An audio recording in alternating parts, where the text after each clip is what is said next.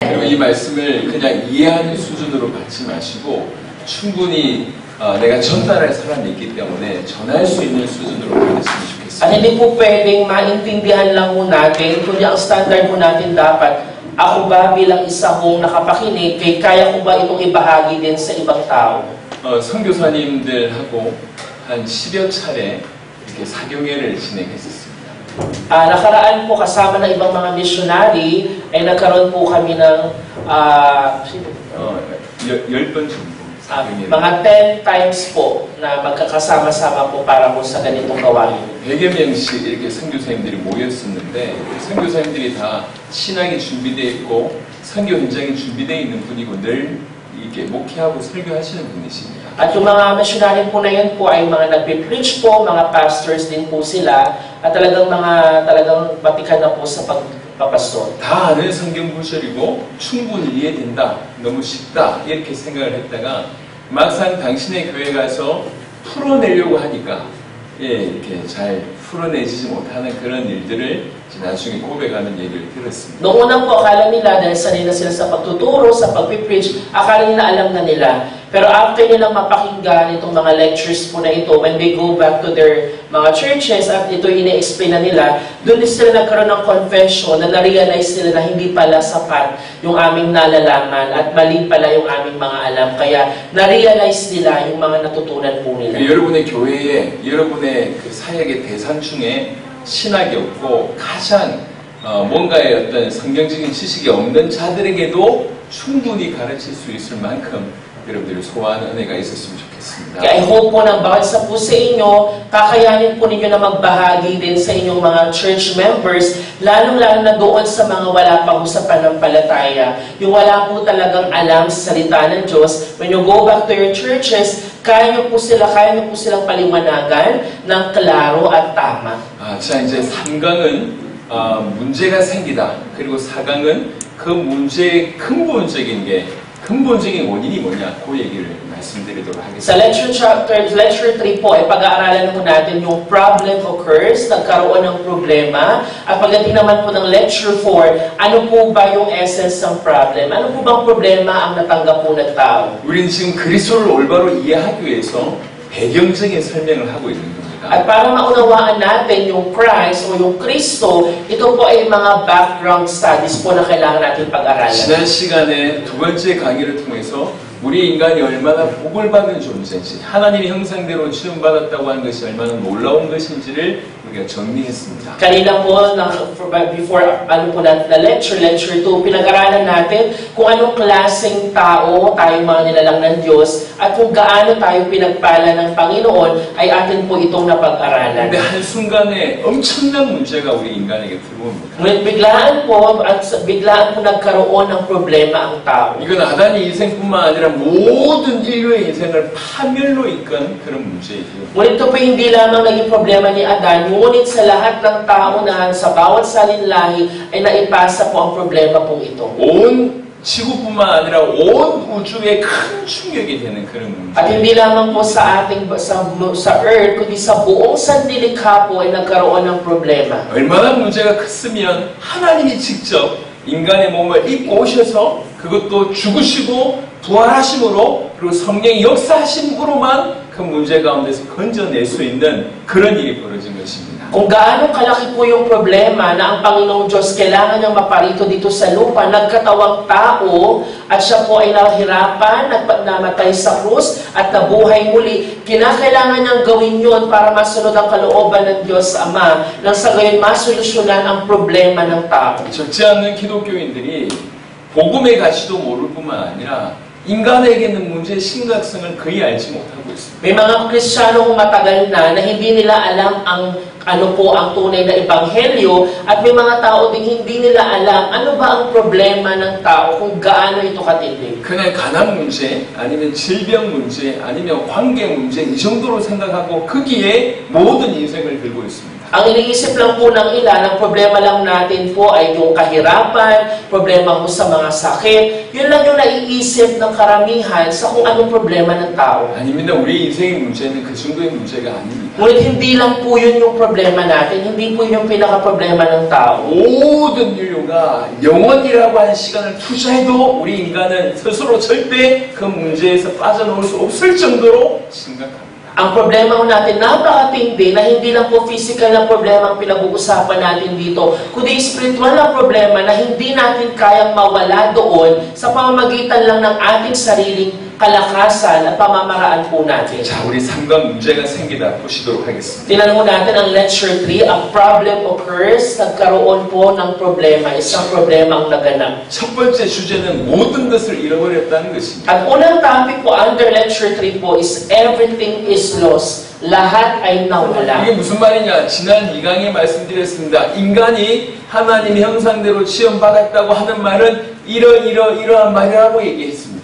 Nakita natin, ano po ba itong mga nawalang ito? Nakita natin po sa lecture 2, ng lahat ng pagpapala ay binigay ng Diyos sa tao. Yung mga ganitong pagpapala na list daw natin kanina, yun po ay nawala. 하나님 닮아 영적인 존재라고 말씀드렸고 Sabi po natin na ang tao po ay spiritual being. 하나님의 자녀로 지음받았다고 말씀드렸고 At tayo nilikha bilang kanyang mga anak. 왕적인 존재라고 말씀드렸고 At tayo po ay mga kings. 그리스도와 흡사한 존재라고 And we 말씀드렸습니다. are also compared to Christ. 하나님 형상대로 지음받았다고 하는 말이 이 말이라고 말씀을 드렸습니다. At yun po yung apat na bagay na yun na sinabi natin na nangangahulugan po na tayo nilikha sa larawan at wangsa 이 Diyos. 모든 것을 잃어버렸다는 얘기입니다. At yun po ang nawala sa atin dahil sa problemang ito. 무슨 말이냐? 살아있는 영적인 존재였던 그가 생명을 잃어버린 일이 벌어졌습니다. Ibig sabihin po yung taong buhay, nawala sa kanya ang tunay na buhay, namatay po siya spiritually. 하나님의 자녀였던 그가 마귀의 자녀가 되는 일이 벌어졌습니다. Yung anak po ng Diyos, originally ay naging anak ng Satanas. 그가 종이 되는 일이 벌어졌습니다. Yung taong nilikha bilang isang hari ay naging isang alipin. 그리스도와 흡사하여 하나님의 형상으로 하나님의 영광을 드러낼 그가 도무지 하나님의 영광에 이르지 못하는 존재가 되어버렸습니다. Yung tao po na dapat po magbigay ng kaluguran, kalulhatian sa Panginoong Jesus bilang isang Kristo ay hindi na nagbigay ng kalulhatian kundi naging isang kanhiyan. 성경 확인해 보도록 하겠습니다. Tingnan po natin ang salita ho ng Diyos. 모든 것을 잃어버렸다. Anong sabi mo dito? Mankind lost its life, namatay ang isang katauhan. 생명을 잃어버렸다. 에베소 2장 1절입니다. Basahin mo natin, mga kapatid, ini-invite ko po lahat na sa ating pagbabasa, hindi lang natin ito babasahin, kundi we will declare lahat ng Word of God. Kaya mga ari po ba na basahin natin ng malakas ang salita ng Diyos, mga kapatid? Amen. Parang mahina. Kaya po ba?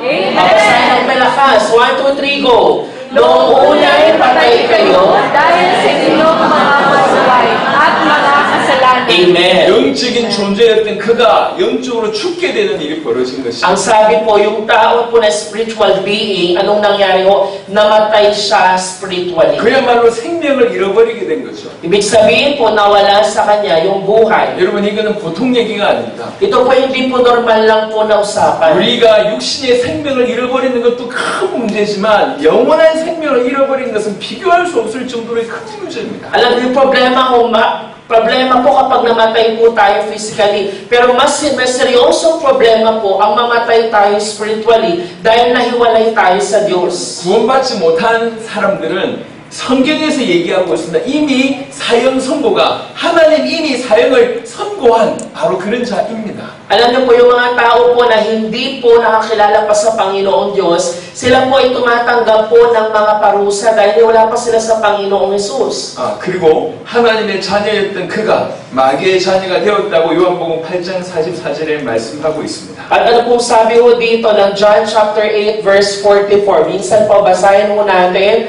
na may sigla at kalakasan, kailangan po kasi namin tipirin yung boses, kaya kailangan kayo po ang magbasa ng may kasiglahan at kalakasan. 1, 2, 3, go, basa. Ang diablo na inyong ama, at ang gusto ninyong gawin ay Kung ano ang gusto niya, sinulatan ay magkatao siya.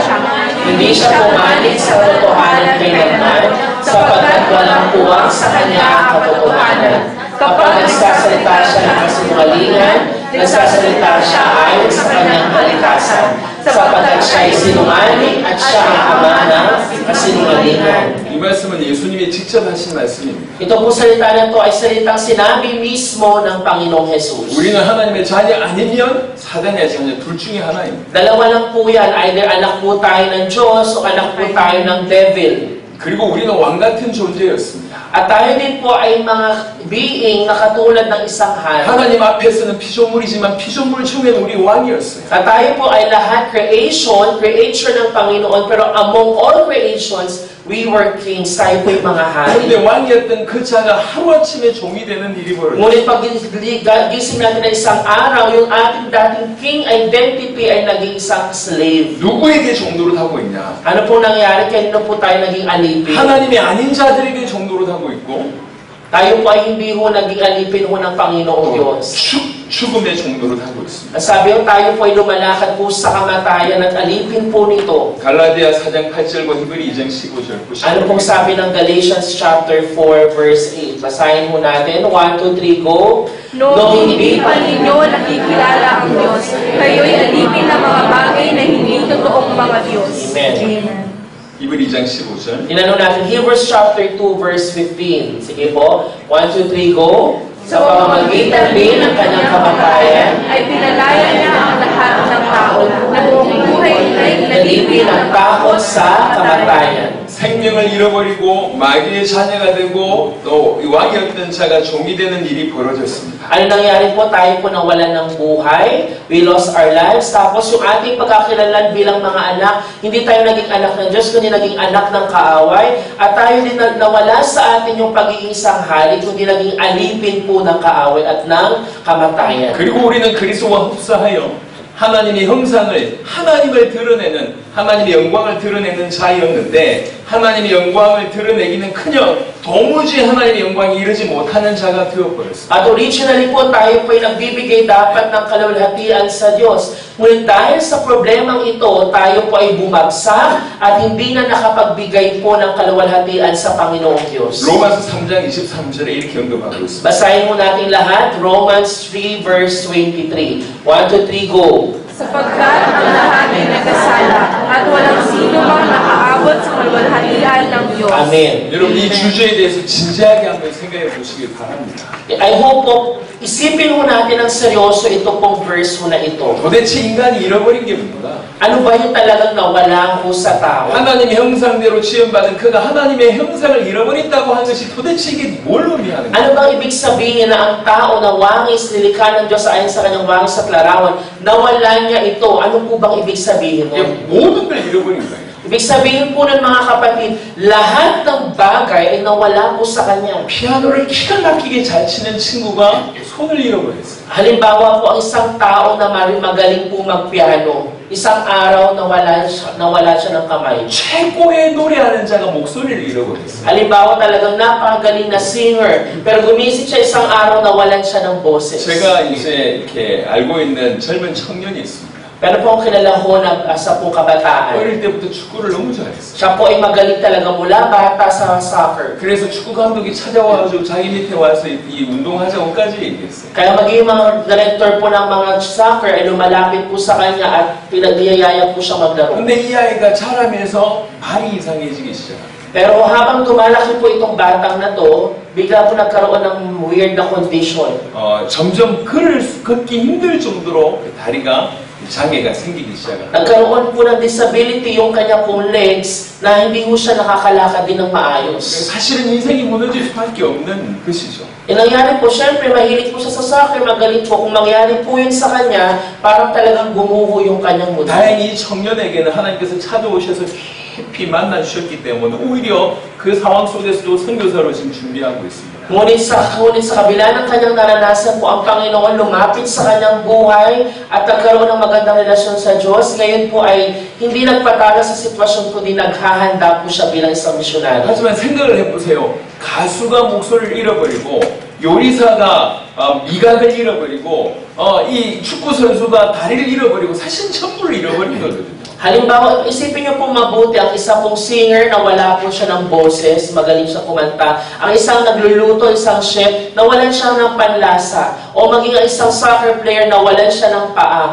Ibig sabihin po ng nawala sa atin, mga kapatid, ay nawala sa atin yung lahat ng bagay nung nagkaroon ng problema. 생명을 잃어버려서 영원히 죽게 됐고 Ibig sabihin na wala ang buhay sa atin, na wala, namatay din po tayo 마귀의 spiritually. 자녀가 되어서 도무지 빠져나올 수 없게 됐고 Doon tayo po ay naging anak po ng kaaway, hindi natin kayang mawala doon. 왕이었던 존재가 하나님이 아는 자들과 죽음의 종로로 단 인생을 살고 Yung dati pong larawan natin bilang mga hari ay naging isang alipin ng kaaway at alipin po ng kamatayan. 죄인이 되어서 절대로 하나님의 영광에 이르지 못하는 존재가 되어버렸어요. Ang nangyari sa atin, tayo bumagsak at wala sa atin nagbigay ng kalwalatian sa Panginoon. 모든 것을 잃어버렸어요. Lahat ng bagay ay nawala po sa 그리고 atin. 지금 어떻게 사느냐.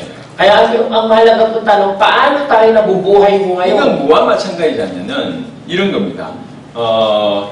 이 나라의 대통령이 있었다고 칩시다. Halimbawa po, ito po yung kahulugan mo nito. Let's say, yung presidente po ng Pilipinas. 근데 나라에 큰 문제가 생겨서 대통령이 다른 나라에 도망친 거예요. Halimbawa, may malaking problema yung bansang Pilipinas, pero si PBBM pumunta ng ibang bansa. 대통령이라고 하는 신분도 잃어버리고 가지고 있던 돈도 잃어버리고 주변의 친구들도 잃어버렸고 가족들도 죽었다고 칩시다. Halimbawa po, nawala po sa kanya yung pagiging isang presidente, nawala yung kanyang identity, nawala yung kanyang pamilya. Isipin po natin ganun yung nangyari. 그래가지고 지금 오갈 데 없는 처지가 돼버린 거예요. Ang nangyari, ibig sabihin, nawala na po ng halaga yung kanyang pong pagkakakilanlan. 실제로 제가 중남미였는지 아프리카였는지 그런 일을 제가 이제 사진으로 확인한 적이 있습니다. At naranasan ko po yan nung ako po ay nasa South and Central America po at sa Africa. Nakita ko po ito through a picture. 어제 대통령인데 그 나라 쿠데타가 나가지고 이 사람이 다른 나라로 갔는데 다른 나라에서 안 받아주는 거예요. Halimbawa, naging isang presidente po sa ganitong bansa, tapos sumakas sa iba, pagdating doon, wala talaga na siyang halaga doon. 그래서 다른 나라의 길거리에서 텐트 치고 누워있는 것이 사진으로 떴습니다. Nakita ko po yun na yung dating isang malaki ang posisyon sa bansa, lumipat sa ibang bansa po,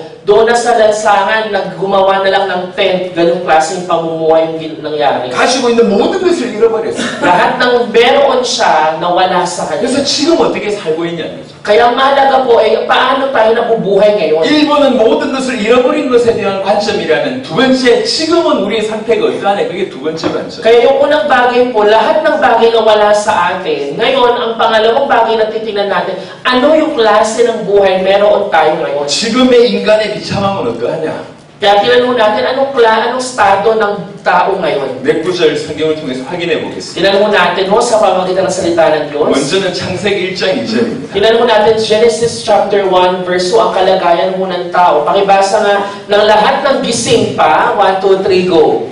Ang lupa ay walang hugis o anyo, dilim ang bumabalot sa kalaliman, at kumikilos ang Espiritu ng Diyos sa ibabaw ng tubig. 창조 시에 나타나고 있는 성경 구절입니다. Ito po ay makita natin na verse nung nililikha ng Diyos ang buong sanlibutan. 여기 보면 세 단어가 나오는데 혼돈과 공허와 흑암이라고 하는 단어가 나옵니다. Di ba makikita natin yung mga salita dito na formless, empty, walang hugis o anyo, at dilim yung 이 bumabalot. 단어가 뜻하고 있는 바가 뭐냐면 빛이 없는 상태를 뜻합니다. Ang ibig sabihin po ng mga salitang ito ay nangangahulugan ng wala pong liwanag. 빛이 없으면 어둡습니다. Di ba pag wala pong liwanag, light, madilim po mga kapatid. 빛이 없으면 혼란스럽습니다. Pag wala pong liwanag, talaga pong magulo. 빛이 없으면 공허합니다. Kaya empty po yung mga bagay pag wala din pong liwanag. 빛이 없을 때 나타나는 모습들입니다. Kapag wala pong liwanag, ito po yung itsura ko dito sa nabasa natin. 빛이 없는 인간의 상태에도 인간의 마음에도 동일하게 이 일들이 벌어지고 있습니다. Ang nangyari po yung tao po yung kanyang puso na wala ng liwanag, kaya ito po yung mga nangyayari po sa puso ng tao. 예전보다 수많은 과학이나 많은 것들이 발전하고 수많은 업적이 있음에도 불구하고 더 많은 사람들이 예전보다 자살하고 있습니다. Di ba po, sa kabila ng mga development po sa science, development sa iba't ibang technology,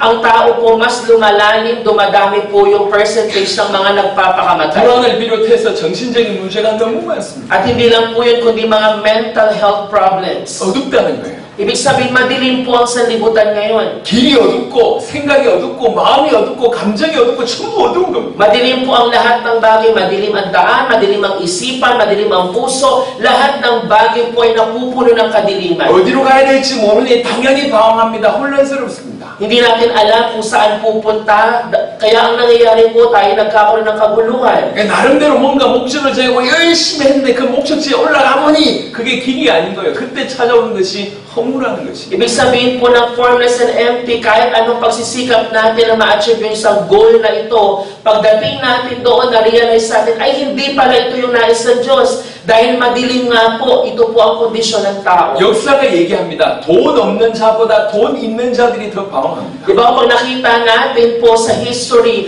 mas matindi pa yung situation ng mga taong may pera kaysa sa mga wala pong pera. 힘 없는 자보다 힘 있는 자가 훨씬 방황합니다. Na yung mga tao po na kahit may kalakasan sila, may kapangyarihan, mas matindi ang situation nila kaysa doon sa mga wala nito. 필리핀은 어떤지 모르겠지만 한국의 예를 잠시 들어보면요. Sa Pilipinas po, hindi ko po alam yung situation mo ninyo, pero sa Korea po, kung sasabihin niyo po ang kalagayan. 한국에서 가장 독한 술을 마시는 그룹이 있어요. Na meron po sa Korea ho na napakatindi ho na grupo. 항상 가장 독한 술을 마신다. Na sila po umiinom po ng napakatapang po na wine, na alcohol. 법조인들이요.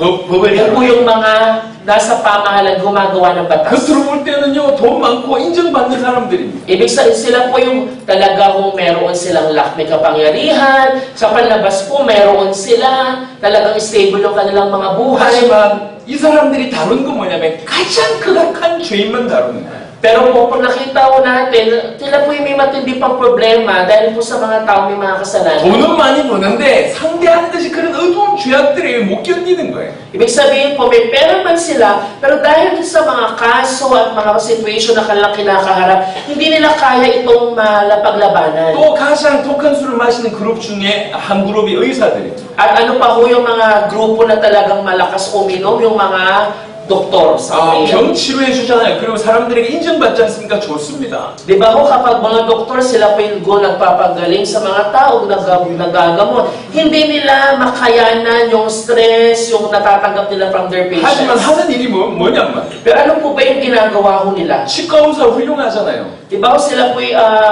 nagkakaroon ng training at sila po yung talagang pagtininan mo, grades 하지만 sila. 치과에서 하는 일이 뭐냐면 해가지고 남의 이빨을 들여다보고 있는 거예요. Di ba po yung mga dentist din, ipapangangahin mo lang yung pasyente mo at titinan yung problema mo ng mga ngipin. 늘 아픔과 늘 병에 노출되어 있는 사람들이 의사들입니다. At yung mga doktor po, sila yung nakaka-encounter ng mga may sakit at yung may mga problema sa karamdaman. 성공이라고 해서 여기까지 올라가 보니 그게 성공이 아니야. Na may mga taong akala nila nakarating na sila sa success, pero na-realize sila hindi pala ito tunay na katagumpayan. 그때 오는 것이 허무라는 것이. Ayun po yung nangangahulugan po na empty, parang walang halaga. 누구든 예의 없습니다. Diba po, parang walang exempted po dyan. 빛이 없으면 어둡고 혼란스럽고 공허합니다. Kaya po tandaan natin, pag wala pong liwanag tulad ng ating binasa, ito po ay formless, empty, at mapupuno talaga ng 참된 kaliliman. 빛이 없는 인간들의 모습입니다. At yun po ang naging estado ng tao. 창세기 6장 5절 보시도록 하겠습니다. Tinanong natin ang Genesis 6 verse 5. Sige po, lakasan mo natin. 1, 2, 3, go.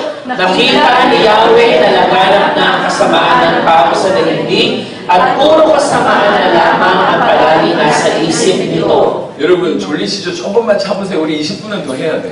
Okay, alam ko pong inaantok po kayo mga kapatid, pero tiisin ho natin, pwede ho kayong tumayo, huwag ho kayong matulog kasi may 10 na hong humihiling. 지금 가장 졸릴 때예요. 지금. Ito po yung time na talagang nakakaantok po talaga. 이해됩니다. 그래 한 20분 더 가야 되니까. Kaya ho, naiintindihan namin, pero tiisin ho natin 20 minutes na lang. 졸리시면 부끄러워하지 마시고 그냥 뒤에 Huwag 서시면 po 돼요. kayong mahiya kung inaantok ho kayo, pwede kayo doon pumunta sa likod at mag-stretching, tumayo habang nakikinig. 아멘. Amen po? Pakikalapit nyo po yung katabi, nagpipray na po. 창세기 6장 5절에 하신 말씀처럼 사람의 죄악이 세상에 가득하고 그의 마음으로 생각한 모든 계획이 항상 악하다고 얘기했습니다. Ano ang sabi dyan sa Genesis verse 5 na ang tao po laganap na yung kasamaan nito sa daigdig at yung kanyang puso at isip ay puro kasamaan na lamang yung laman. 저는 예전에 꽤나 괜찮은 사람이라고 스스로 생각했습니다. Alam niyo po, dati akala ko sa aking sarili ay okay akong tao. 점점 복음으로 가까워지면 가까워질수록 Pero habang ako'y lumalapit sa gospel at papalapit po doon, 제가 정말 죄인이구나라고 하는 것들이 그 깨달아져요. mas nare-realize ko, as I approach the gospel, mas nare-realize ko kung gaano ako makasalanan. 심지어 정말 죄밖에 없구나라고 깨달았어요. Kahit masasabi ko na talagang wala akong halaga, makasalanan ako sa harapan ng Diyos. 남들에 비해 좀 착하다.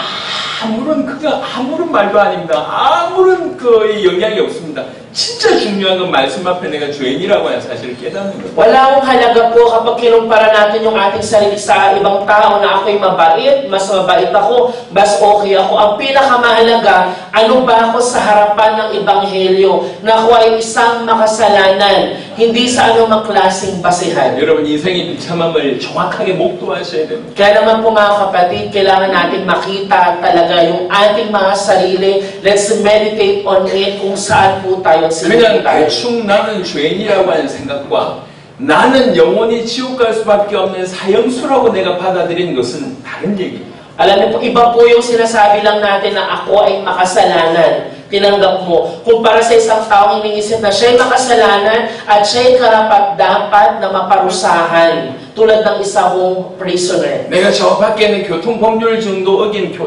경범죄 아주 작은 죄인이지만 그 정도의 죄인이라고 생각한 것과 나는 영원히 지옥불 속에 꺼져갈 수밖에 없는 사형수라고 하는 인정은 모든 것이 달라집니다. Kailangan ho natin tanggapin sa ating sarili, hindi ho yung pagtanggap na parang kinukumpara lang yung ating sarili sa isang kriminal na nagkasala. Kumpara sa isang taong sinasabi niya, ako ay isang makasalanan, ang aking kahihinatnan dapat ay doon sa impyerno dahil sa kasalanan na meron ako. 우리는 사형수입니다. Tayo po lahat po dito po ay mayroon po mga sentence. 사형수의 눈으로 이 성경 볼 때 은혜가 됩니다. Kumbaga ho tayo po may mga death penalty ho tayo, naka-death sentence ho tayo. Pag tinignan ho natin ang Biblia, iba yung pananaw ho 이 natin. 사형수의 심정으로 말씀 받을 때 그리고 복음을 깨달을 때 피로써 깊은 은혜가 있는 것이. Kaya pag tayo po'y tumingin sa Biblia, tunay nga na biyaya at may kagalakan every time we open this gospel para sa ating mga makasalanan. 미안하지만 여러분들 괜찮은 사람 아닙니다. Sorry po mga kapatid, pero kayo lahat po dito, hindi din po kayo okay at mababait. 우리 모두는 사형수입니다. Dahil lahat po tayo dito ay makasalanan. 우리 모두는 영원한 지옥불에 꺼질 수밖에 없는 영원한 죄인입니다. Dahil tayo po lahat dito, we are all spiritual sinners at lahat po tayo dito dapat mapunta doon sa eternal death. 나 좀 괜찮은 사람이라고 하는 생각이 오늘 복음 앞에 완전히 성경 말씀 앞에 무너지셔야 돼요. Kaya kailangan nating wasakin sa ating mga sarili yung kaisipan na okay akong tao, mabait ako, I'm good. Kailangan nating wasakin yun sa harapan po ng 이 gospel. 모든 구절들은 나를 제외하고 저 사람들 아닙니다. 이 모든 구절들은 나에 대한 얘기입니다. Na ito pong mga salitang binabasa natin, hindi natin sinasabing sila yon. Ito pong mga salitang binasa natin sa estado ng tao, ako ito, hindi ibang tao. 예레미야 17장 9절 보겠습니다. Basahin mo natin ang Jeremiah 17 verse 9. Pakibasa natin yung mas malakas pa. 1, 2, 3, go. Sino ang mangawa sa puso na ako ay naglalaya ng walang hanggan, wala man sila sa kanyang 만물보다 거짓되고 심히 부패한 것이 내 마음이라는 거예요. Ano po sinasabi dyan? Yung tao po na makapanlinlang, mandaraya, kaninong puso yan sa atin po yan sa akin. 마태복음 11장 28절 보겠습니다. Tingnan mo natin ang Matthew 11 verse 28. 1, 2, 3, go. Basa po. Lumapit kayo sa amin, kayo lahat ng nagkikalapan at lubhang naliligadan sa inyong kasalan, at kayo'y bibigyan ko ng kapatawaran. Amen.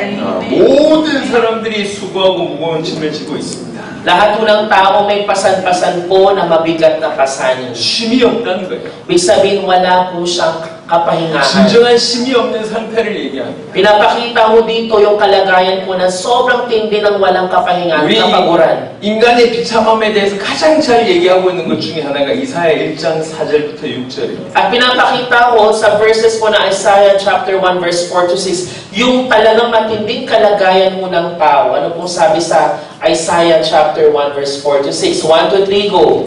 Bansang makasalanan, Mga taong puno ng kasamaan, mga anak ng masasamang tao, mga anak ng katiwalian. Itinakwil ninyo si Yahweh, nilahit ang banal na Diyos ng Israel, at pagkatapos ay tinalikuran ninyo siya. Bakit patuloy kayong nag-iimagsik? Nais ba ninyong laging pinaparusahan? Ang isip ninyo'y gulong-gulo, ang damdamin ninyo'y nanlulumo.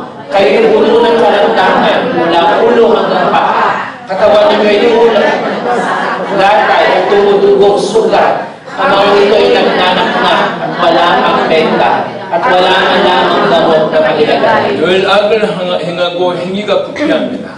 Ito po ay pinakita mo natin yung itsura mo ng ating kalagayan. 여호와를 버리고 여호와를 우습게 여깁니다. Na ang Panginoon ay kanilang pinabayaan, pinasura mo nila at kinalimutan ng Diyos. 계속 여호와께 매를 맞으려고 폐역 더러운 짓을 계속 거듭하고 있다는 것이죠. Ito po yung paulit-ulit po nila na pagtakwil sa Panginoon at hindi mo pagsunod po sa 지금 Panginoon. 현재의 모습은 머리는 병들었고 마음은 피곤하고 머리부터 발끝까지 성한 곳이 없다. 전부 맞은 흔적밖에 없다고 얘기해요. Ito po yung sinasabing kalagayan na mula ulo po hanggang paa, puno po tayo ng karamdaman at wala akong mabuting bagay tayong natatamasa dahil sa kalagayan mo natin. 이게 지금 우리의 모습입니다. At ito po yung ating larawan ngayon. 예수님은 마가복음 7장 21절부터 23절에 우리의 모습을 적나라하게 이렇게 표현했어요. At ito po yung sinabi ng Panginoong Jesus sa Mark chapter 7, verse 21 to 23. 1 to 3, go, basa. Sapagkat sa loob, sa puso ng tao, nagmumula masamang isipan, nag-uudyok sa kanya upang makiapi, magnakaw, pumatay, mangalunya, maghimbot, gumawa ng kasamaan tulad ng pandaraya, kahalayan, pagkalinggit,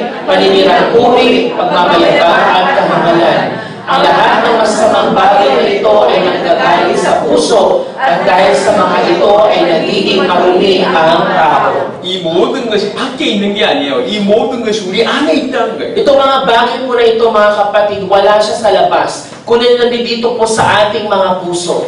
창세기 3장 16절부터 24절인데 19절까지만 한번 보도록 하겠습니다. Tingnan po natin yung Genesis chapter 3 verse 16 to 19 po. 1 to 3, go, basa. Sa babae naman ito ang sinabi, sa pagbubuntis mo ay hirap ang daranasin, at sa panganak sakit ay titiisin. Ang asawang lalaki iyong nanasain, pasasakop ka sa kanya, siya mo yung susundin. Ito naman ang sinabi ng Diyos kay Adan, dahil nakinig ka sa iyong asawa, nang iyong kainin ang pinagbawal kong bunga, dahil dito ay sinusuka ko ang lupa, sa hirap ng pagbubungkal, pagkain mo'y magmumula.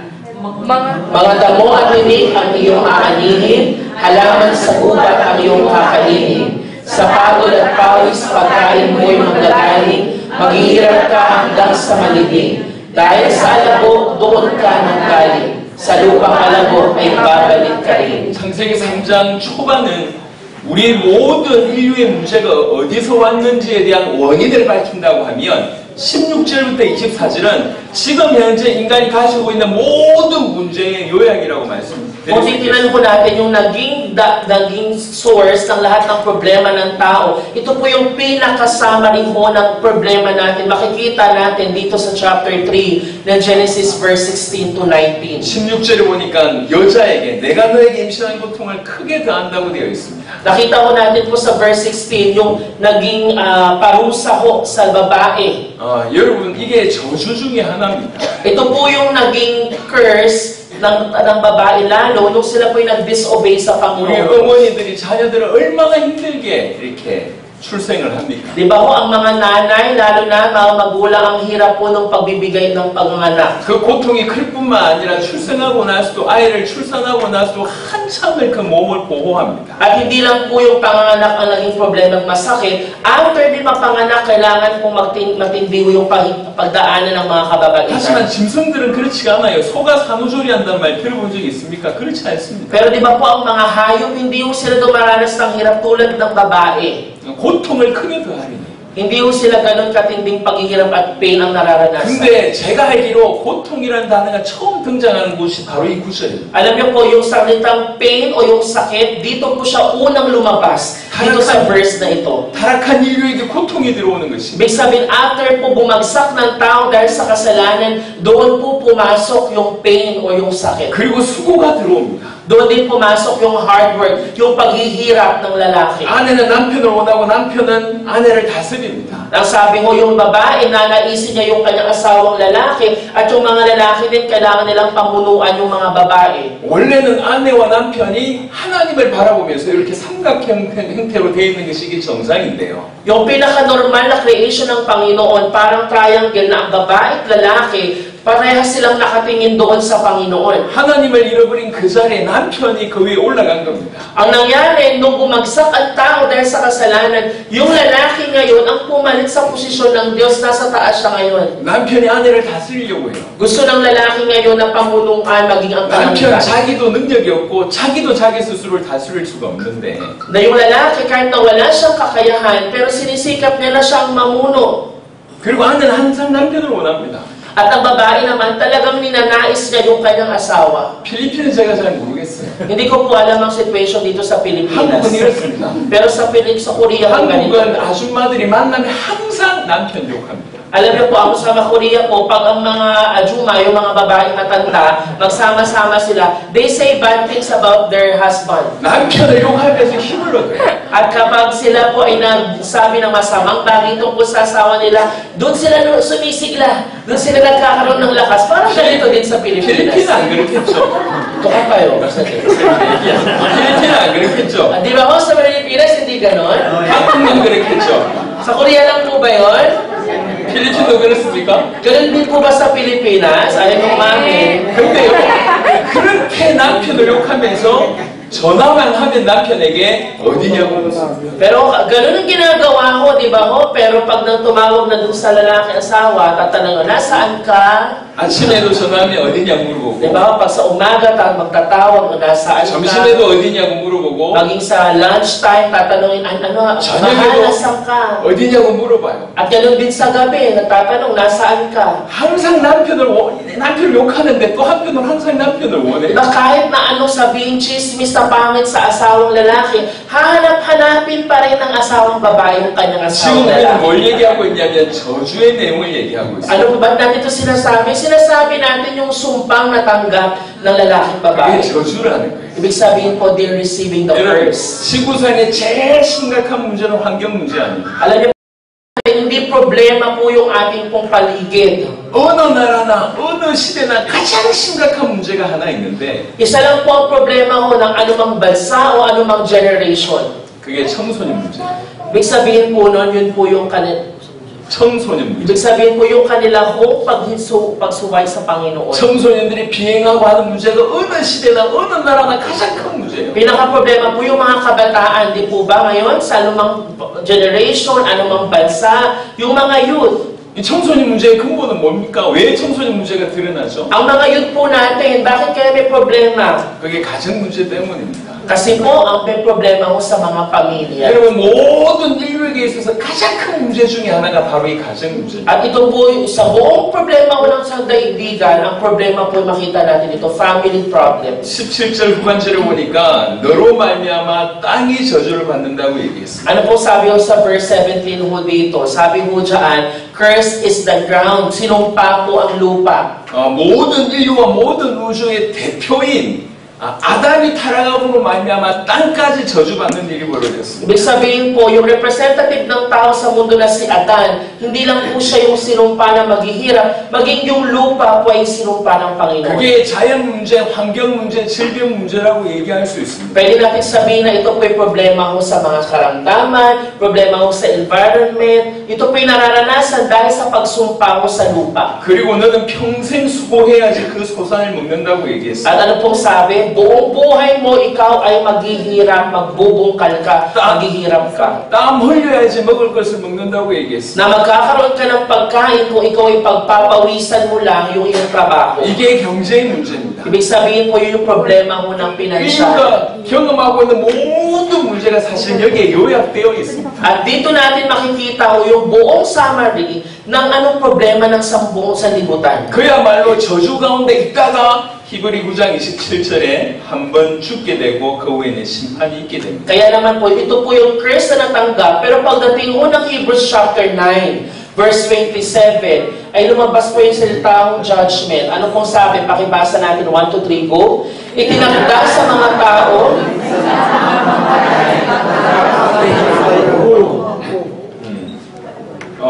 마태복음 25장 41절도 보겠습니다. Nilagin po natin ang Matthew chapter 25, verse 41. 1 to 3, go. Lumayo kayo sa harapan ko, kayong mga isinumpa. Doon kayo sa apoy na di namamatay na inihanda para sa diablo at sa kanyang mga kampon. 일평생 저주 아래 있다가 결국 죽게 되고 죽은 후에 심판으로 영원한 사망 가운데 가게 되는 것입니다. Ano po nakalagay? Tayo po ay under the curse po. And after po nun, meron po eternal death. After po ng death po na yan, meron tayong judgment na kakaharapin. 이게 모든 인류의 지금 현재의 비참함입니다. At ito po yung kondisyon ng bawat isang tao ngayon sa kasalukuyan. 모든 것을 잃어버렸고 지금 이렇게 비참하게 살고 있습니다. Ibig sabihin, lahat ng bagay ay nawala sa atin. At ito po yung matinding sitwasyon na ating kinaroroonan 그리고 ngayon. 곧 영원히 비참하게 될 거죠. At ang mangyayari sa atin, darating ang panahon na talagang everlasting po yung ating paghihirap na 이런 mararanasan. 일이 벌어진 거에 하루아침에 이런 일이 벌어진 겁니다. 이런 문제가 Ibig sabihin po, itong lahat ng nangyari po na problema, sa isang umaga lang nangyari lahat ng ito. 도대체 이 문제의 시작이 뭐냐? Ano po ba yung naging problema, nagsisimula ng problema, mga kapatid? 짧게 정리해 보도록 하겠습니다. Tinanong natin, maiksing pagpapaliwanag lang po. 먼저는 창세기 2장 16절 17절에 하나님께서 약속을 주셨습니다. Yung simula ng problema, kung tinanong natin ang Genesis chapter 2, kung saan ang Panginoon ay nagbigay ng kasunduan ang Diyos sa tao. Basahin natin Genesis 2 verse 16 to 17. May Tagalog po ba? Kaya ano po sabi dyan? Sinabi ng tao,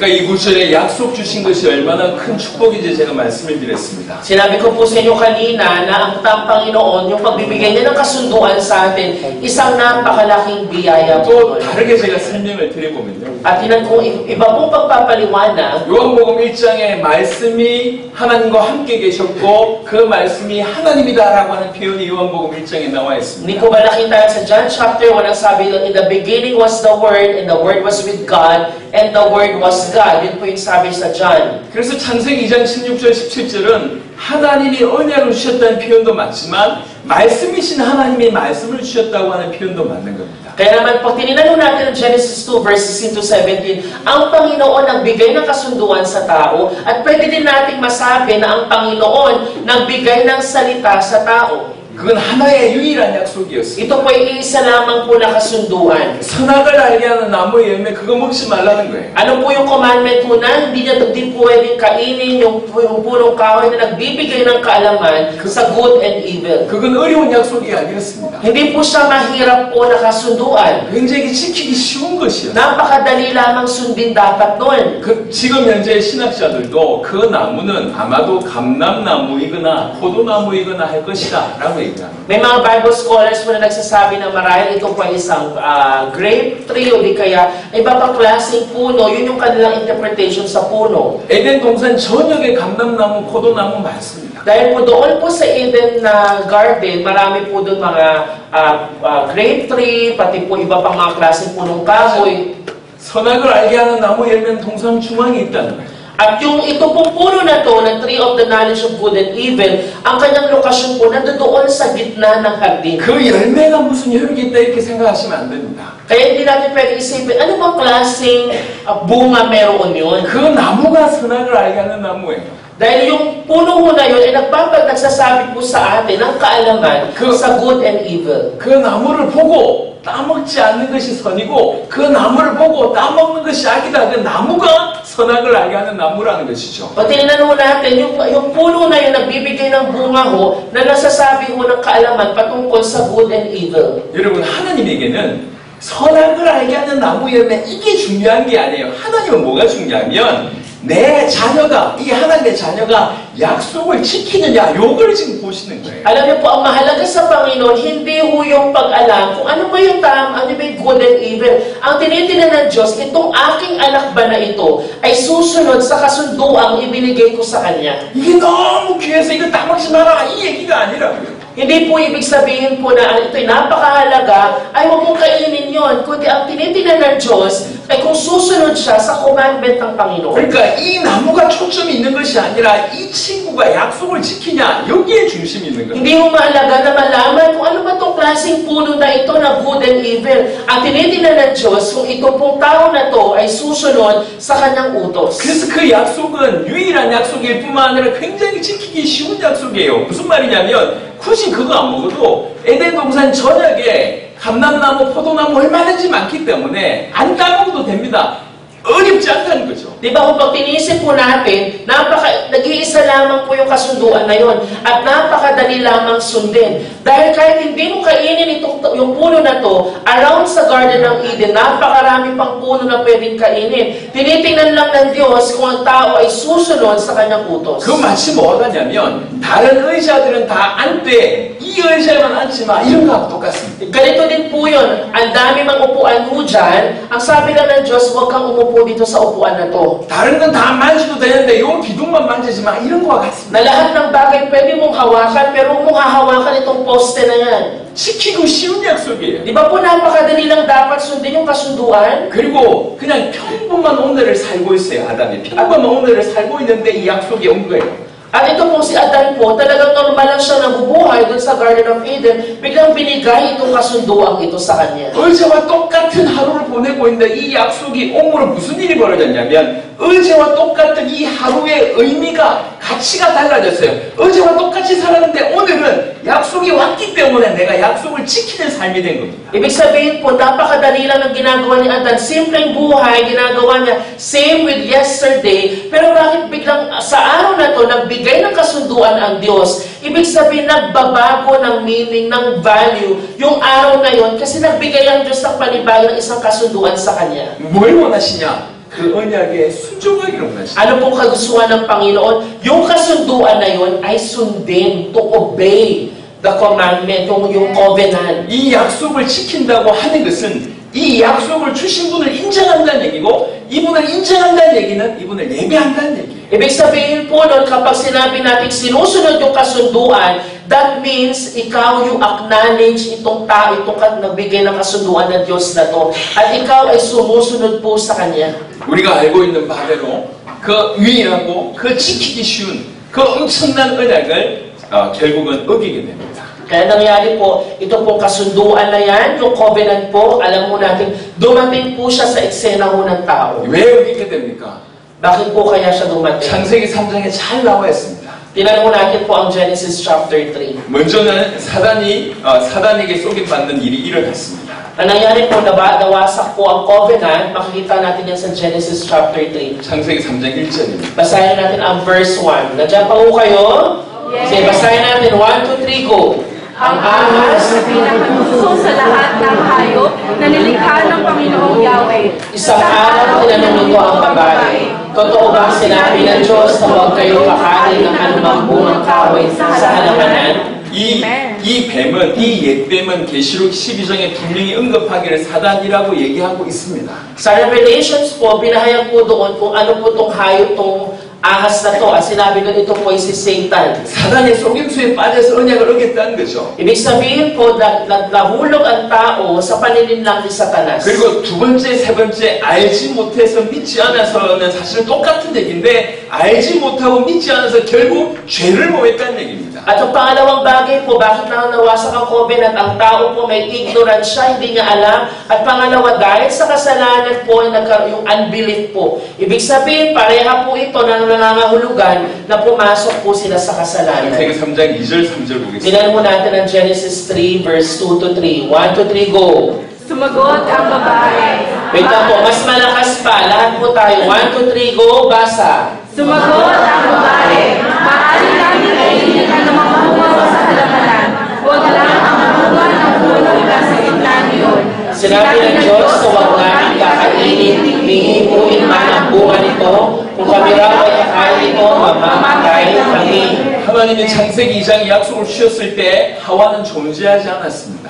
Sa Genesis chapter 3 po, nung binigay po ng Diyos yung Genesis chapter 2, yung kasunduan, si Eva po, wala po siya noon. 아담이 약속을 받아서 그 약속을 전달했죠. Di ba po, si Adan po ang nakatanggap po ng kasunduan, kung mapapansin po ninyo, at yung kasunduan na to, ibinigay niya din kay Eva. 아담이 잘 못 전달했는지 아니면 하와가 잘 못 들었는지 간에 분명 정확하게 전달되지 않고 하와는 정확하게 몰랐습니다. Ang nangyari ho dito ho, si Adan po, hindi natin alam kung siya ba ay maling sinabi o si Eva hindi niya napakinggan. Pero ang tiyak ho dito, may ignorance si Eva. 여러분, 그래서 언약을 제대로 모르는 것은 치명적인 문제입니다. Alam niyo po, kapag tinabi ho natin, hindi natin alam yung kasunduan, may problema po tayo sa ating kung mga sarili. 그리고 창세기 3장 6절 보겠습니다. Tinanong natin ang Genesis 3 verse 6. Ano pong sabi ng Genesis 3 verse 6? Ang punong kahoy,